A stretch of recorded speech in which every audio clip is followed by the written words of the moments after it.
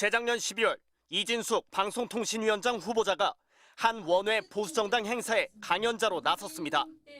언론 노조를 비난하던 이 후보자는 대뜸 문화계를 겨냥하며 화제를 바꿉니다. 문화 권력도 좌파 쪽으로 돼 있죠. 이거 보면은 기가 막힙니다. 기가 막힌다는 근거는 뭘까? 좌파 성향의 영화를 만들면 히트치고요. 이렇게 많아요. 그거를 알게 모르게 우리 몸에 DNA에 스며들거든요. 우파 영화는 이렇게 뿐이 물론 더 있지만 좌파가 몇십 배 더 많습니다. 그가 좌파로 낙인 찍은 영화는 5.18 민주화운동을 소재로 한 택시 운전사와 친일파 암살 작전을 다룬 암살, 또 재벌가의 비리에 맞선 형사의 활약을 그린 베테랑 등입니다. 우파 영화로는 한국 전쟁의 비극이 담긴 태극기 휘날리며와 개발시대의 현대사를 조명한 국제시장 등이 꼽혔습니다. 모두 흥행작들로 평가되지만 어떤 근거로 이들 영화에 이념적 잣대를 들이댔는지 별다른 설명은 없습니다. 연예계도 아시죠? 알고. 이 후보자는 문화예술인들에게도 색깔론을 들이밀었습니다. 배우 정우성 씨는 세월호 참사 다큐멘터리에 목소리로 출연한 이력, 문소리 씨는 12구 이태원 참사로 숨진 동료를 애도하며 했던 발언이 좌파의 근거였습니다. 너를 위한 애도는 이게 마지막이 아니라 진상규명되고 책임자 처벌되고 그 이후에 더더욱 진짜 애도를 할게 지호야 사랑해. 반면 우파로 소개된 연예인들은 이렇다 할 이유도 없이 명단만 적혀 있습니다. 이 후보자는 지난해에도 전두환 신군부의 쿠데타 마쿠를 파헤친 영화 서울의 봄을 좌파의 역사 공정이라고 주장했습니다. 영화를 통해 국민의식이 좌경화된다는 이명박 정부 당시 문학의 블랙리스트 문건과 같은 맥락의 주장입니다. 취재진은 문화예술 분야의 이념 성향 분류가 어떤 기준인지 물었지만 이 후보자 측은 인사청문회에서 답변하겠다고 밝혔습니다. MBC 뉴스 윤수환입니다.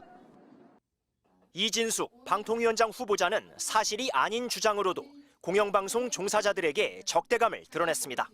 중요한 선거가 있는 데는 반드시 파업이나 제작 거부 같은 분란이 생기고요. 또 좌파 대통령 때는 파업이 없습니다. 문재인 때 여러분들 MBC에서 파업 일어난 거 보셨습니까? 파업을 할 필요가 없죠.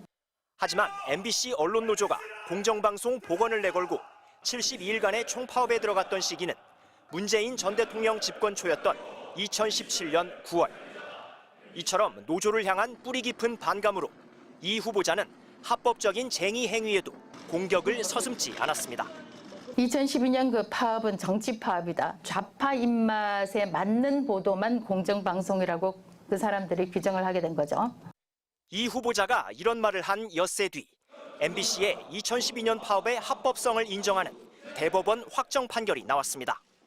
특히 이 후보자는 지난해 자유총연맹의 한 토론회에서 공영방송 수장이 중립적 인사여선 안 된다는 발언으로 귀를 의심케 하기도 했습니다. 무너진 공영 언론, 그 기울어진 문화 권력 지평을 바로 세워줄 그런 사람이 필요하지. 중도적이다, 중립적이다, 신사다, 점잖다 그런 사람 안 됩니다. 인노총하고 싸울 수 있는 사람, 끝까지 버틸 사람을 뽑아야 됩니다.